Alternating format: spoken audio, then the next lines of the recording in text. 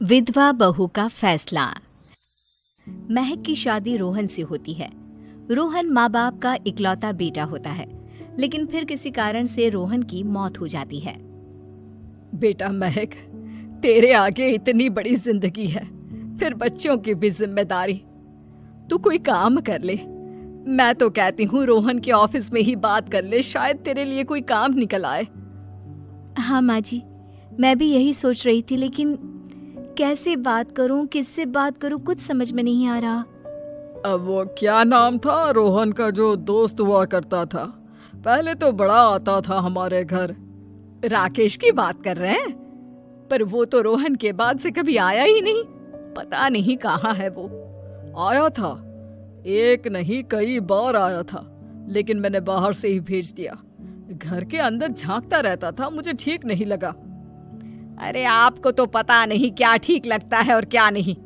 उसका नंबर है मेरे पास, मैं आज ही फोन करती हूँ।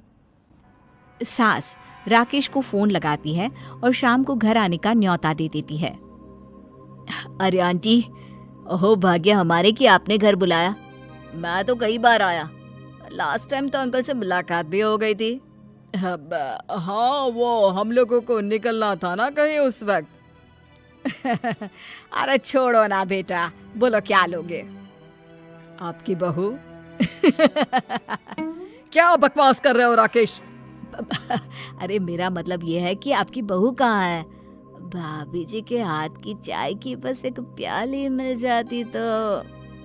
महक चाय लेकर आती है, लेकिन वो जैसे ही राकेश की ओर देखती है, उसे राकेश पसंद नहीं आता। वो अंदर जाने को होती है कि अरे भाभी जी कहाँ जा रही हैं? बैठिए तो सबके साथ। जी नहीं, बच्चों को खाना खिला रही हूँ, आप माँ जी से बात करें ना। अंदर जाने के बाद सास कहती है, अरे बेटा राकेश, वो क्या है ना, वैसे तो तेरे अंकल जी की पेंशन आती है, साथ ही ऊपर 2 मंजिल मकान से किराया भी, तो हम लोगों का तो अच्छा चल जाता है। लेकिन महक, उनकी चिंता आप न करें आंटी, आदेश दें बस आप तो। देखो भाग्यवान, रहने दो, कोई बात नहीं, मैनेज हो जाएगा। अरे क्या मैनेज हो जाएगा अंकल, हमें भी बता दें। आप चुप रहिए जी। अब वो क्या है ना राकेश, तुझे तो पता है कि रोहन के 2 बच्चे हैं, उनकी पढ़ाई लिखाई का खर्चा बहुत है। हम ये चाह रहे थे कि रोहन के ऑफिस में महक को भी अगर कोई काम मिल जाता तो। क्यों नहीं आंटी जी, मैं हूं ना, मैं बात कर लेता हूँ। वैसे तो आप हाँ ही समझिए। महक भाभी को बोल देना कि कल तैयार रहें मेरे साथ ऑफिस चलने के लिए, मैं मालिकों से मिलवा दूंगा उन्हें। महक अंदर से सब सुन रही थी। अच्छा आंटी जी, तो चलता हूँ, कल आ जाऊंगा। अच्छा भाभी जी, तैयार रहिएगा कल। राकेश तो चला जाता है, लेकिन ससुर सास पर बरस पड़ते हैं। मुझे ये आदमी एक पैसे का पसंद नहीं है। तुम इसे बोल दो कि हमें कहीं नहीं करवानी बहू से कोई नौकरी। अरे क्यों नहीं करवानी? सारा पैसा मैं इसके बच्चे और इसी पर उड़ा दूंगी, तो मेरी बेटी को क्या दूंगी? जरूरत क्या है तुम्हारी बेटी को तुम्हारे पैसे की? अरे वो तो पहले ही बड़े पैसे वाले घर की बहू है। अपनी बहू की सोचो जो अब तुम्हारी बेटी जैसी है। बच्चे रोहन की आखिरी निशानी है। अरे अपना भाषण अपने पास रखो, सारा दिन घर पर बैठी रोटियां तोड़ेगी, तो काम करे ना कुछ बाहर जाकर। बहू सब सुन रही होती है।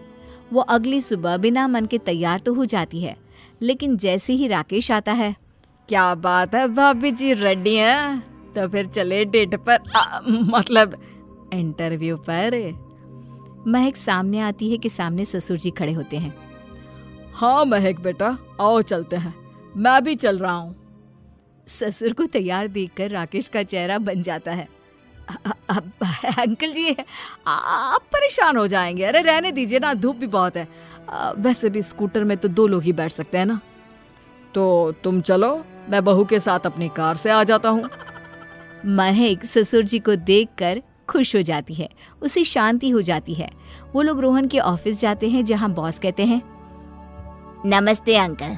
नमस्ते महक, कैसे हैं आप लोग? रोहन का सुनकर बहुत दुख हुआ अंकल, वैसे कैसे आना हुआ? बेटा, क्या हमारी बहू के लिए तुम्हारी ऑफिस में कोई काम मिल सकता है? हमने राकेश से इसी सिलसिले में तुमसे बात करने को कहा था। उसी के कहने पर हम दोनों तुमसे मिलने आए हैं। राकेश ने तो कोई बात नहीं की। ऊपर से उसने तो आज की छुट्टी ले रखी है, ऑफिस भी नहीं आया। बोल रहा था जरूरी काम से जाना है। महक और ससुर एक दूसरे को देखने लगते हैं। वैसे महक, क्या किया है आपने? आई मीन इंग्लिश कैसी है आपकी? महक बॉस से अपनी पढ़ाई लिखाई और क्वालिफिकेशन के बारे में सब कुछ बताती है। ग्रेट, आपके लिए काम तो है लेकिन ऑफिस में नहीं। सर, मेरे बच्चे छोटे हैं, मैं फील्ड में काम नहीं कर सकती हूँ। मतलब वो काम घर से करना है, घर से रहकर बच्चे भी देखें और घर भी देखें, लेकिन हाँ, काम जरूर से करें। वो काम डाटा एंट्री का है, तो जब भी वक्त मिले काम करें, और इसके हम आपको अच्छे पैसे भी देंगे। महक बॉस की बात सुनकर खुश हो जाती है, उन्हें थैंक्स बोलकर घर आ जाती है। किसके साथ भेज रही थी तुम महक को?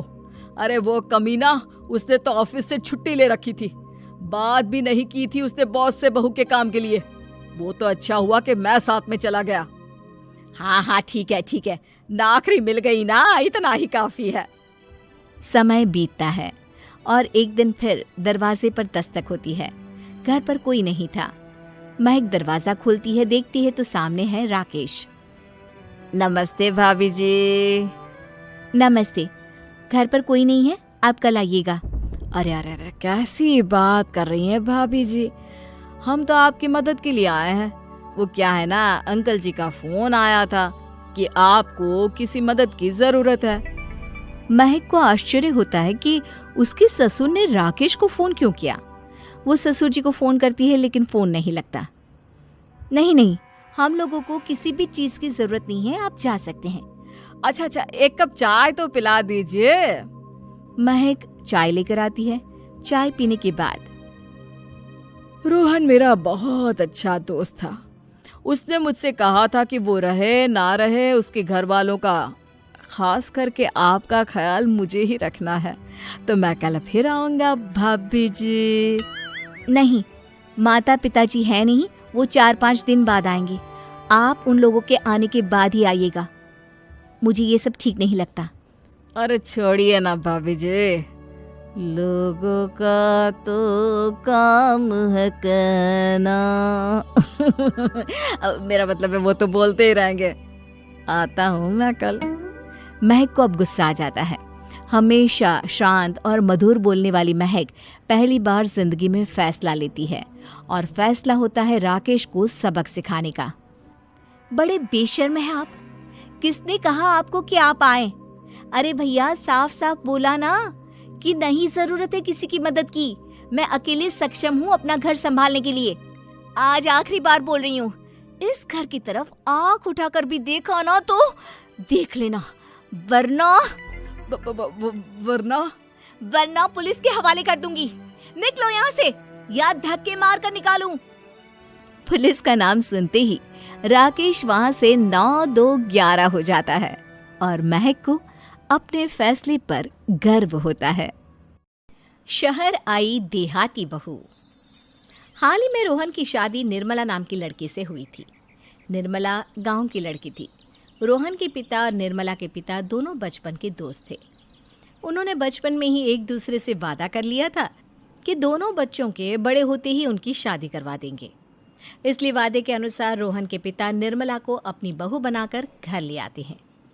निर्मला अपने साथ अपनी गाय भी लेकर आ जाती है और उसे घर के आंगन में बांध देती है। अरे ये क्या माँ, भाभी तो गाय भी लेकर आई है हमारे घर में। अभी घर में गाय बंधी देखकर आस पड़ोस के लोग तो हमारा मजाक उड़ाएंगे ना।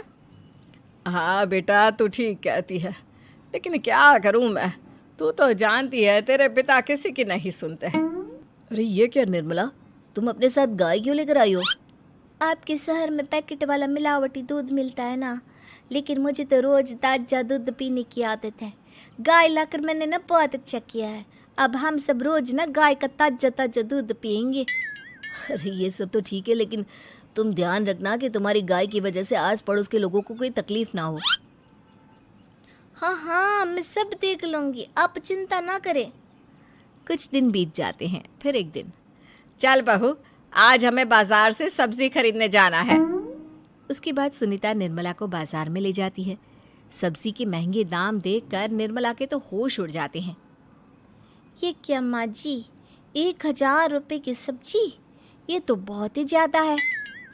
अब क्या करे बहू, शहर का तो यही हाल है। ना ना ना, मैं इस तरह पैसों की बर्बादी बर्दाश्त नहीं कर सकती। अब से ना हम इस बाजार से सब्जी नहीं खरीदेंगे। हाँ। फिर अगले दिन निर्मला घर के आंगन की मिट्टी खोद कर वहाँ तरह तरह की सब्जियाँ लगा देती है। अरे काव्या, तेरी भाभी तो बहुत अजीब है। उसने तेरे पूरे आंगन को खेत बना कर रख दिया। मेरी समझ में नहीं आता तुम लोग इस लड़की को कहाँ से पकड़ कर लाए हो। अरे सब मेरे पिताजी का किया धरा है। सालों पहले अपने दोस्त से किए वादे के चलते उन्होंने उस गवार को हमारे गले बांध दिया। अरे तेरी भाभी सच में एक नंबर की गंवार है। उसे तो ढंग के कपड़े पहनने तक नहीं आते, ऊपर से उसने तेरे घर को गांव का तबेला बनाकर रख दिया है। उन औरतों की बातें सुनकर काव्या को बहुत बुरा लगता है। फिर वो अपने भाई रोहन से इस बात की शिकायत करने लगती है। रोहन निर्मला को समझाने की बहुत कोशिश करता है, लेकिन निर्मला के आगे उसकी एक नहीं चलती। फिर एक दिन रोहन निर्मला को एक शादी में ले जाता है। सभी मेहमान खाना खाने में व्यस्त थे।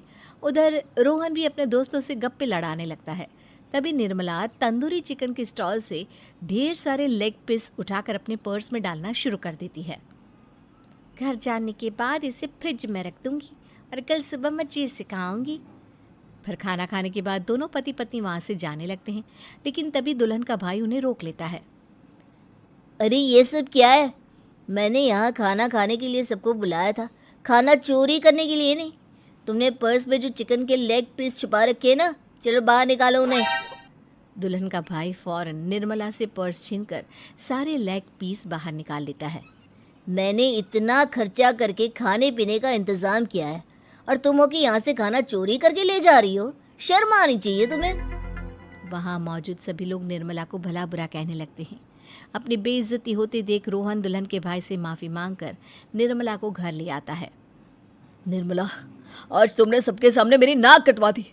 आखिर तुम्हें चिकन के पीस चुराने की जरूरत क्या थी? मुझे माफ़ कर दीजिए रोहन जी। दरअसल ना, हमारे गांव में जब भी शादी होती थी तब मैं और मेरी सहेलियाँ इसी तरह शादी से ढेर सारा खाना लेकर आते थे। मुझे नहीं पता था कि मेरी इस गलती से आपकी इतनी बेइज्जती हो जाएगी। मुझे माफ़ कर दीजिए। आज के बाद ऐसी गलती कभी ना करेंगे। इतना कहकर निर्मला रोने लगती है। निर्मला को रोते देख रोहन का दिल पिघल जाता है और वो उसे माफ़ करके गले लगा लेता है। इस तरह कुछ दिन बीत जाते हैं। फिर एक दिन रोहन उदास होकर घर लौटता है। रोहन के कपड़े बुरी तरह फटे हुए थे। अरे बेटा, ये सब क्या है? किसी के साथ मारा पीटी हो गई है क्या? नहीं माँ, आज हमारी जिंदगी का सबसे बुरा दिन है। म्यूनसिपालिटी वालों ने हमारी दुकान तोड़ दी। आज से हमारी आमदनी पूरी तरह बंद हो गई। हे भगवान, हमने तो किस्त पर ढेर सारा सामान ले रखा है। अब हम सारे सामान की किस्त कैसे चुकाएंगे? मेरी तो सोचने समझने की शक्ति ही खत्म हो गई। पता नहीं आगे हमें और कितनी मुसीबत झेलनी पड़ेगी। आप सबको ना चिंता करने की जरूरत ना है, मैं सब ठीक कर दूंगी। तो कहना क्या चाहती है बहू? हम ना बोल कर नहीं बल्कि करके दिखाएंगे। हाँ। उसके बाद निर्मला अपने पिता को फ़ोन करके गांव से 5 गाय मंगवा लेती है और फिर अगले दिन निर्मला सभी गायों का दूध निकालकर बड़े बर्तन में भर लेती है। तुम ये सब क्या कर रही हो निर्मला? मेरी तो कुछ समझ में नहीं आ रहा। हम ना इन गायों का दूध बेचने जा रहे हैं। उसके बाद हमारे पैसों की समस्या खत्म हो जाएगी। हे भगवान, बस यही दिन देखना बाकी रह गया था। भाभी दूध वाली बनकर दूध बेचेंगी तो मोहल्ले में इज्जत क्या रहेगी हमारी? सभी लोग हमें तरह तरह के ताने मारेंगे। आप ना ऐसी बेकार की बातें ना करो काव्या जी। जब जेब का पैसा और पेट की रोटी छिन जाती है तो इंसान पहले अपने और अपने परिवार के बारे में सोचता है। और वैसे भी जिस काम से हमारा घर चले उसकी कभी ना बुराई नहीं करनी चाहिए। फिर निर्मला दूध के 2 बड़े बर्तन साइकिल के दोनों तरफ लटकाकर मोहल्ले में घूमने लगती है। दूध ले लो, दूध, गाय का ताजा ताजा दूध ले लो, बिना मिलावट का शुद्ध दूध ले लो। चलो चलो आओ भाई, जल्दी ले लो। तभी निर्मला के पास कुछ औरतें आती हैं। अरे तुम तो सुनीता की बहू हो ना? तुम इस तरह सड़क पर दूध क्यों बेच रही हो? निर्मला उन दोनों औरतों को अपने घर के हालातों के बारे में सब बता देती है। देखिए, मैंने ना अभी अभी गाय का ताज़ा दूध निकाला है। आप सब तो रोज पैकेट का दूध पीती हो, आज गाय का ताज़ा दूध पी कर देखिए, इसकी ना बात ही कुछ और है। हाँ बहू, मुझे तुम्हारी बात समझ में आ गई। लाओ, मुझे 2 लीटर दूध दे दो। उस औरत की देखा देखी बाकी औरतें भी निर्मला से दूध खरीदना शुरू कर देती है। थोड़ी ही देर में निर्मला सारा दूध बेचकर ढेर सारे पैसे इकट्ठे कर लेती है। उसके बाद निर्मला घर जाकर सारे पैसे अपनी सास को पकड़ा देती है। अरे बहू, इतने सारे पैसे! सच में तेरा आइडिया तो काम कर गया।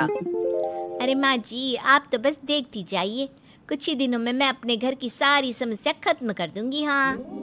फिर अगले दिन से निर्मला गायों के गोबर से ढेर सारे उपले तैयार करके बेचना शुरू कर देती है।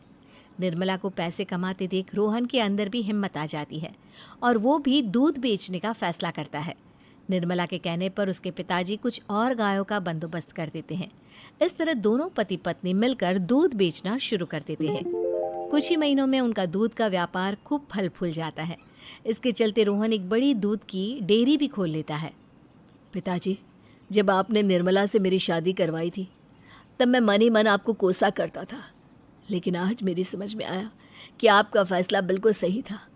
आज अगर निर्मला ना होती तो पता नहीं हमारा क्या हाल होता। हाँ बेटा, तू ठीक कहता है। हमारी बहू ने तो हमें उजड़ने से बचा लिया। भगवान ऐसी बहू सबको दे। इस तरह निर्मला की समझदारी के चलते सब कुछ ठीक हो जाता है और वो सभी हंसी खुशी अपना जीवन जीने लगते हैं।